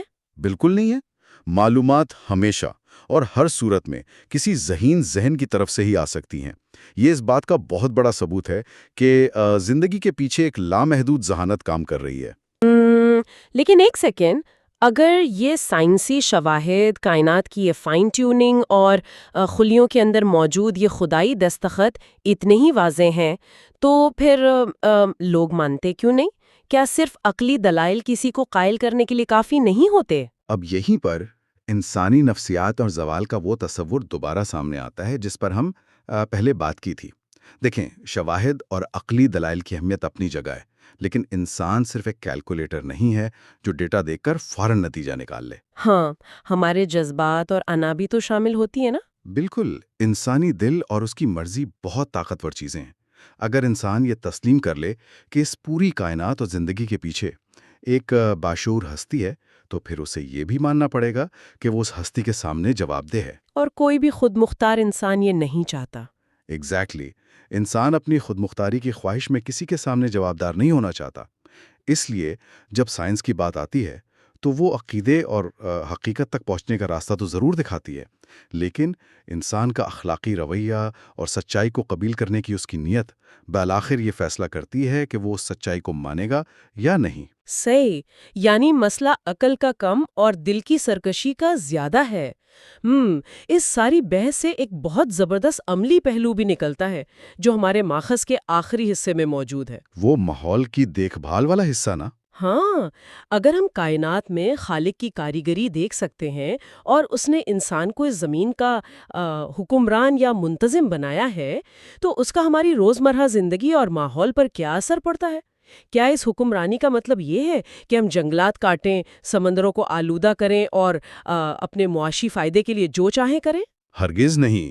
مطلب یہ ایک بہت خطرناک سوچ ہے جس نے آج دنیا کو ماحولیاتی تباہی کے دہانے پر لا کھڑا کیا ہے۔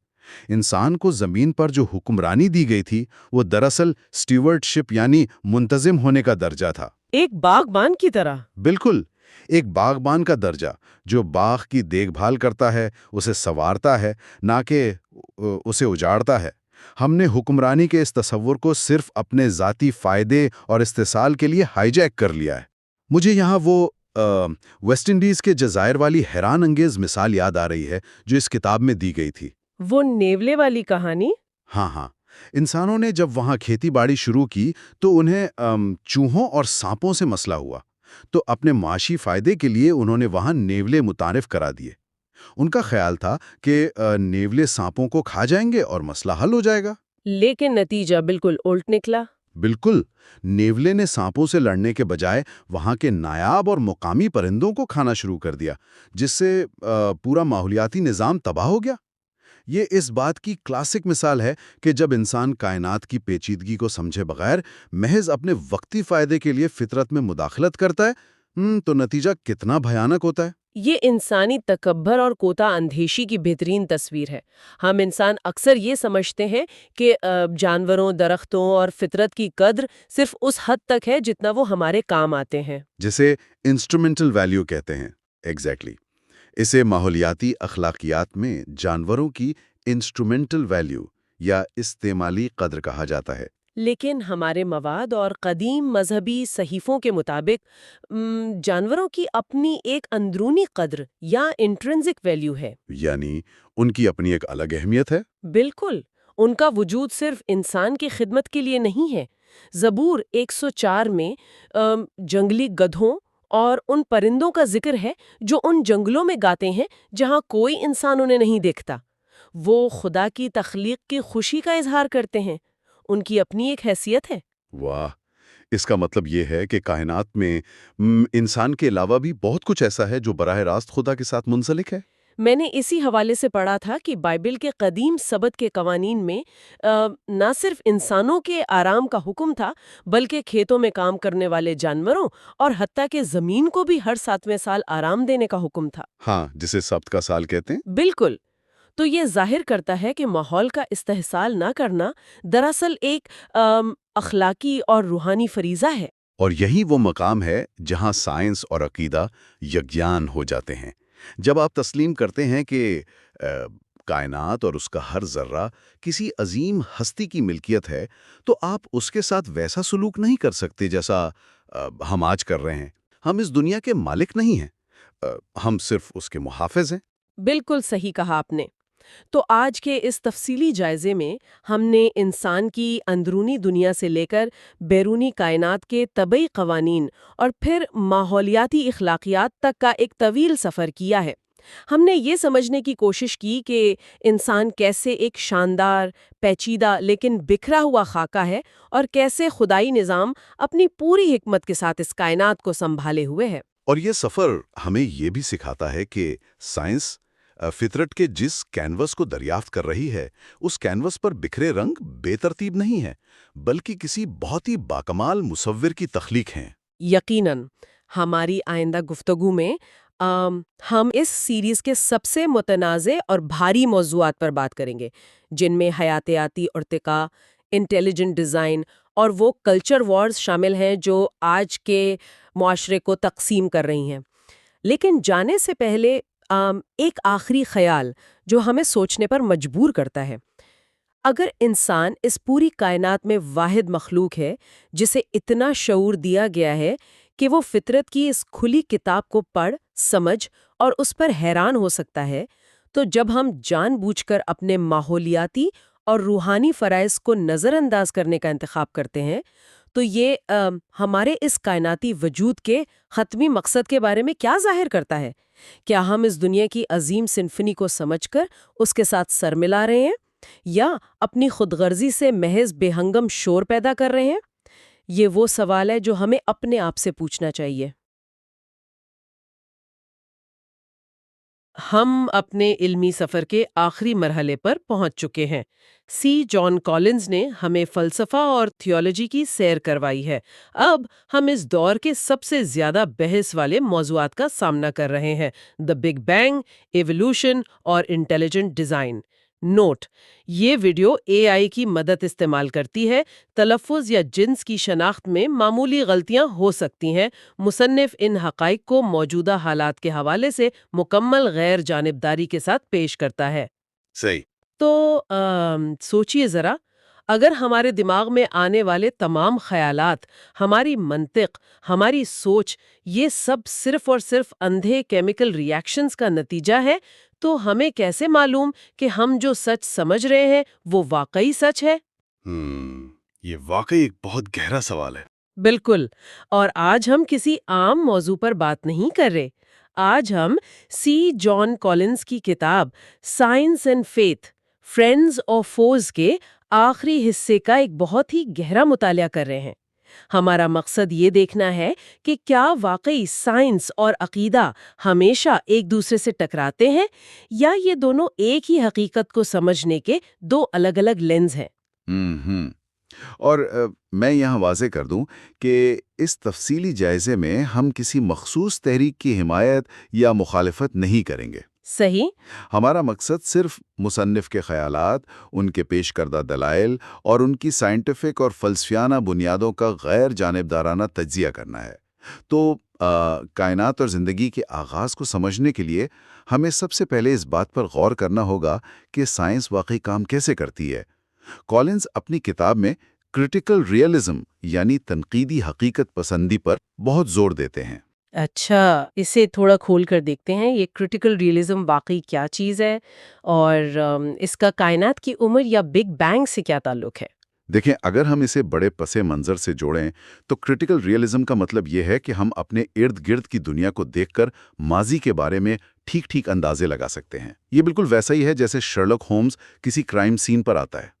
یعنی ماضی میں جا کر دیکھ تو نہیں سکتا، لیکن بالکل، وہ ماضی میں جا کر واقعہ ہوتے ہوئے نہیں دیکھ سکتا، لیکن جوتوں کے نشان، ٹوٹا ہوا شیشہ اور خون کے قطروں جیسے موجودہ ثبوتوں کو جوڑ کر وہ پوری کہانی سمجھ لیتا ہے۔ سائنس بھی کائنات کے آغاز کے بارے میں یہی کرتی ہے۔ زبردست مثال ہے یہ۔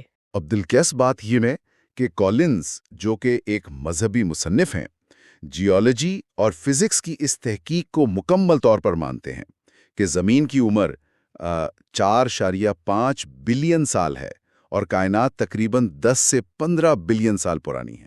یہاں آ کر بات واقعی بہت دلچسپ ہو جاتی ہے، کیونکہ عام طور پر جب ہم مذہب اور سائنس کی بحث دیکھتے ہیں تو لوگوں کے ذہن میں وہی تصور آتا ہے کہ مذہب زمین کو صرف چند ہزار سال پرانا مانتا ہے۔ بہت سے لوگ تو اپیئرنس آف ایج کے نظریے کو مانتے ہیں، یعنی زمین اصل میں جوان ہے، بس پرانی لگتی ہے۔ ہاں، وہی۔ تو کیا کالنز اسے مانتے ہیں؟ بالکل نہیں۔ Collins us appearance of age والے نظریے کو سختی سے رد کرتے ہیں۔ ان کا ماننا ہے کہ اگر کائنات کسی خالق نے بنائی ہے اور انسان کو اسے سمجھنے کی عقل دی ہے تو فزیکل ایویڈنس کو ہمیں دھوکہ نہیں دینا چاہیے۔ اگر کائنات کے ثبوت اس کی عظیم عمر کی طرف اشارہ کرتے ہیں تو وہ سچ ہے۔ صحیح۔ تو اس کا مطلب یہ ہے کہ بگ بینگ تھیوری جسے اکثر عقیدے کے خلاف سمجھا جاتا ہے، کالنز کے مطابق اصل میں ایک مسئلہ ہی نہیں۔ یہی تو اس بحث کا سب سے اہم پہلو ہے۔ اصل میں ولیم لین کریگ جیسے فلسفی اور جان میڈکس جیسے مشہور سائنسدان جو نیچر میگزین کے ایڈیٹر بھی تھے، اس بات پر متفق نظر آتے ہیں کہ بگ بینگ کا نظریہ دراصل کریشن ایکس نہیلو یعنی کچھ نہ ہونے سے کائنات کی تخلیق کی حمایت کرتا ہے۔ اچھا، جان میڈکس نے ایسا کہا؟ ہاں، میڈکس نے تو ایک بار یہاں تک لکھ دیا تھا کہ انہیں بگ بینگ تھیوری اس لیے بے چین کرتی ہے کیونکہ یہ کائنات کے ایک واضح آغاز کو دکھاتی ہے جس سے تخلیق کا پہلو نکلتا ہے۔ بگ بینگ یہ بتاتا ہے کہ ایک مخصوص لمحے میں وقت، جگہ اور مادہ وجود میں آئے، اس سے پہلے ان کا وجود نہیں تھا۔ ٹھیک ہے، لیکن یہاں میرے ذہن میں ایک سوال آتا ہے۔ اگر سب کچھ فطری اسباب یعنی نیچرل کازز سے ہو رہا ہے جیسا کہ سائنس کا دعویٰ ہے، تو اس میں کسی ماورائے فطرت یا سپر نیچرل طاقت یا معجزے کی گنجائش کہاں بچتی ہے؟ میرا مطلب ہے، اگر سائنس ہر چیز کا کوئی نہ کوئی نیچرل ایکسپلینیشن ڈھونڈ ہی لیتی ہے تو پھر بچا کیا؟ یہ ایک بہت ہی شاندار سوال ہے اور کالنز اس کا جواب ایک بہت واضح مثال سے دیتے ہیں۔ تصور کریں کہ آپ بلیئرڈ یعنی سنوکر کھیل رہی ہیں۔ اچھا، ٹھیک ہے۔ سائنس کا دائرہ کار کیا ہے؟ سائنس اس بات کا مطالعہ کرتی ہے کہ جب کیو بال دوسری بال سے ٹکراتی ہے تو فزکس کے قوانین کے مطابق ان کی رفتار کیا ہوگی، اینگل کیا ہوگا، فرکشن کتنی ہوگی۔ صحیح، یعنی عام حالات میں کیا ہوتا ہے؟ بالکل، سائنس نارمل آپریشنز یعنی عام حالات کو سمجھاتی ہے، لیکن معجزہ کیا ہے؟ معجزہ ایسا ہے جیسے گیم کے درمیان کوئی شخص باہر سے آئے، اپنا ہاتھ ٹیبل پر رکھے اور بال کی سمت بدل دے۔ تو سائنس یہ بتا سکتی ہے کہ اگر کوئی مداخلت نہ ہو تو بال کہاں جائے گی، لیکن سائنس یہ ثابت نہیں کر سکتی کہ کسی نے باہر سے ہاتھ نہیں ڈالا۔ صحیح فرمایا۔ یہاں مصنف ایک بہت ہی باریک لیکن اہم فرق واضح کرتے ہیں۔ سائنس میتھڈولوجیکل نیچرلزم پر کام کرتی ہے، یعنی لیبارٹری کے اندر کا طریقہ؟ ہاں، اس کا مطلب یہ ہے کہ لیبارٹری میں تحقیق کرتے وقت ایک سائنسدان صرف فطری اسباب ڈھونڈتا ہے۔ یہ سائنس کا طریقہ کار ہے جو کہ ٹھیک ہے، لیکن مسئلہ تب پیدا ہوتا ہے جب لوگ اس طریقے کو فلسافیکل نیچرلزم میں بدل دیتے ہیں۔ فلسافیکل نیچرلزم، اسے تھوڑا آسان الفاظ میں سمجھائیں۔ یعنی یہ دعویٰ کرنا کہ کائنات میں صرف فطری اسباب ہی موجود ہیں اور اس کے علاوہ کچھ ہے ہی نہیں، یہ ایک فلسفیانہ دعویٰ ہے، سائنٹیفک فیکٹ نہیں، اور سائنس کے پاس اس دعوے کو ثابت کرنے کے لیے کوئی عملی ثبوت نہیں ہے۔ واہ، یہ وضاحت واقعی ذہن کو کھولنے والی ہے۔ اب اگر ہم کائنات کی ابتدا اور مادے سے آگے بڑھیں تو ایک اور بڑا مسئلہ آتا ہے جو شاید سب سے زیادہ بحث طلب ہے، ایولیوشن۔ اگر کائنات ایک وقت میں وجود میں آئی تو بائیولوجیکل انفارمیشن یعنی زندگی کی پیچیدگی کہاں سے آئی؟ زمین پر جانور اور انسان کہاں سے آئے؟ زندگی کے آغاز اور ارتقاء کو سمجھنے کے لیے کالنز واضح فرق کرتے ہیں۔ وہ عام ایولیوشن یعنی مائکرو ایولیوشن کا انکار نہیں کرتے۔ مائکرو ایولیوشن جیسے چھوٹی تبدیلیاں؟ جی، اگر آپ کتوں کی مختلف نسلیں دیکھیں یا کسی بیماری کے خلاف بیکٹیریا کو مزاحمت پیدا کرتے ہوئے دیکھیں تو یہ معمولی تبدیلیاں ہیں جو نیچرل سلیکشن کا نتیجہ ہیں۔ مصنف کا اصل مسئلہ نیو ڈاروینزم سے ہے۔ اچھا، تو نیو ڈاروینزم کیا کہتا ہے جو مسئلہ ہے؟ یہ میکرو ایولیوشن کی وہ قسم ہے جو دعویٰ کرتی ہے کہ سنگل سیلڈ آرگنزم سے لے کر انسان تک کا پورا سفر صرف اور صرف اندھے بے مقصد کیمیکل پروسیسز اور رینڈم میوٹیشنز کا نتیجہ ہے۔ لیکن ایک منٹ، اگر سائنس کے پاس نیچرل سلیکشن اور میوٹیشن کا میکانزم موجود ہے تو نیو ڈاروینزم میں اصل خرابی کیا ہے؟ کیا یہ بائیولوجی کی دنیا کا سٹینڈرڈ ماڈل نہیں ہے؟ سٹینڈرڈ ماڈل ضرور ہے، لیکن کالنز اس کے میکانزم پر ہی سوال اٹھاتے ہیں۔ نیو ڈاروینزم یہ فرض کرتی ہے کہ معمولی تبدیلیاں وقت کے ساتھ جمع ہو کر بالکل نئے اعضاء اور نئے جاندار بنا سکتی ہیں، لیکن جب ہم فوسل ریکارڈ دیکھتے ہیں تو وہاں بہت وسیع فرق یا گیپس ہیں، یعنی کڑیاں مسنگ ہیں۔ بالکل، مچھلی سے ایمفیبین بننے کے درمیان کی کڑیاں واضح نہیں ہیں۔ دوسری بات زندگی کا آغاز ہے۔ چارلز ڈارون نے ایک وارم لٹل پونڈ کا ذکر کیا تھا، لیکن آج کی پیچیدہ بائیوکیمسٹری دکھاتی ہے کہ بے جان مادے سے جاندار سیل کا خود بخود بننا صرف کیمیکل ری ایکشنز کے ذریعے واضح نہیں کیا جا سکتا۔ اور پھر انسان خود ایک بہت بڑی مثال ہے۔ انسان کی زبان اور گرامر سیکھنے کی صلاحیت بالکل منفرد ہے۔ چمپانزیز اشارے ضرور سیکھ سکتے ہیں، لیکن ان میں ایک چھوٹے بچے جیسی پیچیدہ گرامر پیدا کرنے کی صلاحیت نہیں ہوتی۔ یہ صرف فزیکل تبدیلی نہیں لگتی، یہ تو ایک مکمل ذہنی اور ادراکی چھلانگ ہے۔ بالکل ٹھیک پکڑا آپ نے۔ اور یہی وجہ ہے کہ 19ویں صدی کے مشہور تھیولوجن چارلز ہاج نے ڈارونزم کو ایک سائنٹیفک تھیوری کے بجائے الحاد یعنی ایتھیزم کہا تھا۔ واقعی؟ الحاد کیوں کہا؟ ہاج نے واضح کیا تھا کہ ڈارونزم کا بنیادی مقصد صرف جانوروں کی تبدیلی بیان کرنا نہیں ہے، بلکہ اس کا اصل مقصد نیچر سے ڈیزائنر کو نکال باہر کرنا ہے۔ اگر آپ ارادے اور منصوبے کو نکال دیں تو بچتا صرف اندھا اتفاق ہے۔ صحیح۔ کالنز کے نزدیک اگر کوئی مانتا ہے کہ خدا نے زندگی کو پیدا کیا اور کسی مخصوص منصوبے کے تحت اسے مختلف مراحل سے گزارا، جسے گائیڈڈ ایولیوشن کہتے ہیں، تو یہ نیو ڈارونزم کے بالکل برعکس ہے، کیونکہ نیو ڈارونزم کی تو بنیاد ہی یہ ہے کہ اس پورے عمل کا کوئی آخری مقصد نہیں ہے۔ تو اس کا مطلب ہے کہ ٹکراؤ بائیولوجی کا نہیں بلکہ فلسفی کا ہے۔ تو اگر نیو ڈارونزم ان پیچیدگیوں کا پورا جواب نہیں دیتا تو پھر متبادل کیا ہے؟ یہاں انٹیلیجنٹ ڈیزائن یا آئی ڈی کا نظریہ سامنے آتا ہے، لیکن سچ کہوں تو بہت سے لوگ آئی ڈی کو صرف کریشنزم یعنی جوان زمین کے عقیدے کا دوسرا نام سمجھتے ہیں جو نئے لباس میں پیش کیا گیا ہو۔ یہ ایک بہت عام غلط فہمی ہے جسے کالنز دور کرتے ہیں۔ انٹیلیجنٹ ڈیزائن کے ماہرین، جن میں بہت سے اعلیٰ تعلیم یافتہ سائنسدان شامل ہیں، زمین کی عظیم عمر اور کائنات کی طویل تاریخ کو قبول کرتے ہیں۔ اچھا، تو پھر فرق کیا ہے؟ آئیڈیا کا دعویٰ یہ ہے کہ نیچر میں کچھ ایسی چیزیں ہیں جنہیں دیکھ کر واضح طور پر امپوز ڈیزائن یعنی مسلط کردہ ڈیزائن کا پتہ چلتا ہے۔ امپوزڈ ڈیزائن، اس کی کوئی آسان مثال ہے؟ ضرور، اسے اسٹون ہینج کی مثال سے سمجھیے۔ اگر آپ یوٹا کے پہاڑوں کی طرف نکلیں تو وہاں ہوا اور بارش نے پتھروں کو عجیب و غریب اور خوبصورت شکلیں دے دی ہیں۔ ہاں، وہاں تو بہت عجیب سے سٹرکچرز ہیں۔ لیکن یہ شکلیں فطری اسباب یعنی ایروژن کا نتیجہ ہیں۔ لیکن اگر آپ انگلینڈ جائیں اور اسٹون ہینج کی مخصوص ترتیب دیکھیں، جہاں بڑے بڑے پتھر ایک خاص دائرے میں کھڑے ہیں، تو ان کو دیکھ کر کوئی نہیں کہے گا کہ یہ ہوا اور بارش کا کام ہے۔ ان کی شکل چیخ چیخ کر بتا رہی ہے کہ اس کے پیچھے کسی ذہن کا منصوبہ تھا۔ صحیح، ہوا اور بارش ایسی ترتیب نہیں بناتے۔ پتھر ٹوٹ ضرور سکتے ہیں پر دائرے میں خود نہیں لگ سکتے۔ بالکل۔ ٹھیک ہے، سٹون ہینج سمجھ آتا ہے، لیکن بائیولوجی میں اس کا کیا ثبوت ہے؟ ہم تو سیلز اور ڈی این اے کی بات کر رہے تھے۔ بائیولوجی میں اس کی سب سے واضح مثال مائیکل بیہے کی ایریڈیوسیبل کمپلیکسٹی ہے، یعنی ناقابل تقسیم پیچیدگی۔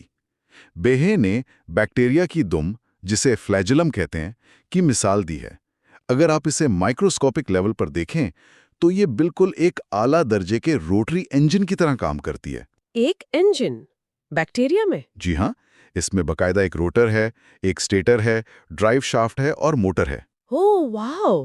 تو ایک مائکروسکوپک انجن جو سیل کے اندر چل رہا ہے؟ بالکل، اور بیہے کا پوائنٹ یہ ہے کہ اگر آپ اس انجن میں سے ایک حصہ بھی نکال دیں، مثال کے طور پر روٹر، تو یہ انجن آدھا کام نہیں کرے گا بلکہ یہ بالکل کام کرنا چھوڑ دے گا۔ اب نیو ڈارونزم کہتا ہے کہ چیزیں آہستہ آہستہ رینڈم میوٹیشن سے بنی، لیکن ایسی ناقابل تقسیم پیچیدگی آہستہ آہستہ نہیں بن سکتی۔ جب تک تمام حصے ایک ہی وقت میں مجموعی طور پر اپنی جگہ موجود نہ ہوں، اس سسٹم کا کوئی فائدہ نہیں ہوگا۔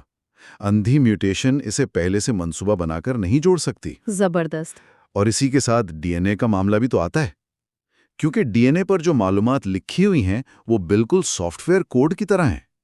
ڈی این اے کیمیکلز کا مجموعہ ضرور ہے، لیکن اس پر لکھا گیا کوڈ کیمیکلز کا اپنا نتیجہ نہیں ہے۔ جیسے تصور کریں کہ میں نے سیاہی کی ایک بوتل کاغذ پر گرا دی۔ اب کیمسٹری مجھے بتا سکتی ہے کہ سیاہی اور کاغذ کے درمیان مالیکیولز کیسے جڑے۔ صحیح۔ لیکن اگر اس سیاہی سے کاغذ پر شیکسپیئر کا پورا ڈرامہ ٹو بی اور ناٹ ٹو بی لکھا ہوا بن جائے تو کیمسٹری اس کے میننگ کو ایکسپلین نہیں کر سکتی۔ اس کے لیے کسی ذہن کی ضرورت ہے۔ صحیح کہا نا؟ بہت اعلیٰ مثال دی آپ نے۔ یہ ایگزیکٹلی وہی پوائنٹ ہے۔ لیکن رکیے، یہاں میں ایک بڑا اعتراض سامنے رکھنا چاہتی ہوں۔ بہت سے کرٹکس کہتے ہیں کہ یہ گاڈ آف دا گیپس والی عادت ہے، یعنی جہاں سائنس ناکام ہو وہاں خدا کو فٹ کر دینا۔ پرانے زمانے میں لوگ نہیں جانتے تھے کہ بجلی کیسے چمکتی ہے، تو انہوں نے کہہ دیا کہ دیوتا غصے میں ہے۔ آج ہمیں سیل یا ڈی این اے کی پیچیدگی سمجھ نہیں آ رہی، تو ہم نے کہہ دیا کہ کسی ڈیزائنر نے بنایا ہے۔ کیا یہ آئی ڈی بھی بالکل وہی چیز نہیں ہے؟ یہ واقعی سب سے عام اور مضبوط اعتراض لگتا ہے، لیکن کالنز اور انٹیلیجنٹ ڈیزائن کے ماہرین اس کا بہت ٹھوس جواب دیتے ہیں۔ وہ کہتے ہیں کہ ہمیں دو طرح کے گیپس میں فرق کرنا چاہیے۔ ایک ہے علم کی کمی یعنی گیپس ان نالج، اور دوسرا ہے فطرت کی صلاحیت کے گیپس یعنی گیپس ان نیچرز پراپرٹیز۔ ان دونوں میں فرق کیا ہے؟ جو مثال آپ نے بجلی کی دی وہ علم کی کمی تھی، ہم نہیں جانتے تھے اس لیے ہم نے کہانی بنا لی۔ لیکن جب ہم کاغذ اور سیاہی کی بات کرتے ہیں تو ہم جانتے ہیں کہ سیاہی کے مالیکیولز میں یہ فطری صلاحیت ہی نہیں ہے کہ وہ خود کو ایک بامانی کہانی میں ترتیب دے سکیں۔ ہمیں سیل کے بارے میں اب اتنا کچھ معلوم ہو چکا ہے کہ ہم کہہ سکتے ہیں کہ ان گائیڈڈ کیمیکل پروسیسز میں یہ قابلیت ہی نہیں ہے کہ وہ اتنی اعلیٰ درجے کی انفارمیشن پیدا کریں۔ اچھا، یعنی ہمارا دعویٰ علم کی کمی کی وجہ سے نہیں بلکہ ہمارے موجودہ علم کی بنیاد پر ہے۔ بالکل، یہ ڈیزائنر کی طرف اشارہ ہماری جہالت کی بنیاد پر نہیں بلکہ اس سائنٹیفک نالج کی بنیاد پر ہے جو ہم نے حاصل کیا ہے۔ یہ پوائنٹ سننے والوں کے لیے واقعی ٹھہر کر سوچنے والا ہے۔ تو اس سب کا ہمارے اپنے وجود پر، ہماری انسانی سائنس پر کیا اثر پڑتا ہے؟ کیونکہ اگر اس کائنات میں اور ڈی این اے میں ڈیزائن ہے تو اس کا لازمی اثر ہمارے مائنڈ اور سول پر بھی ہوگا۔ ضرور۔ یہاں ہم کتاب کے اس حصے میں داخل ہوتے ہیں جو انسانی ذہن اور معاشراتی علوم یعنی ہیومن اینڈ سوشل سائنسز سے متعلق ہے۔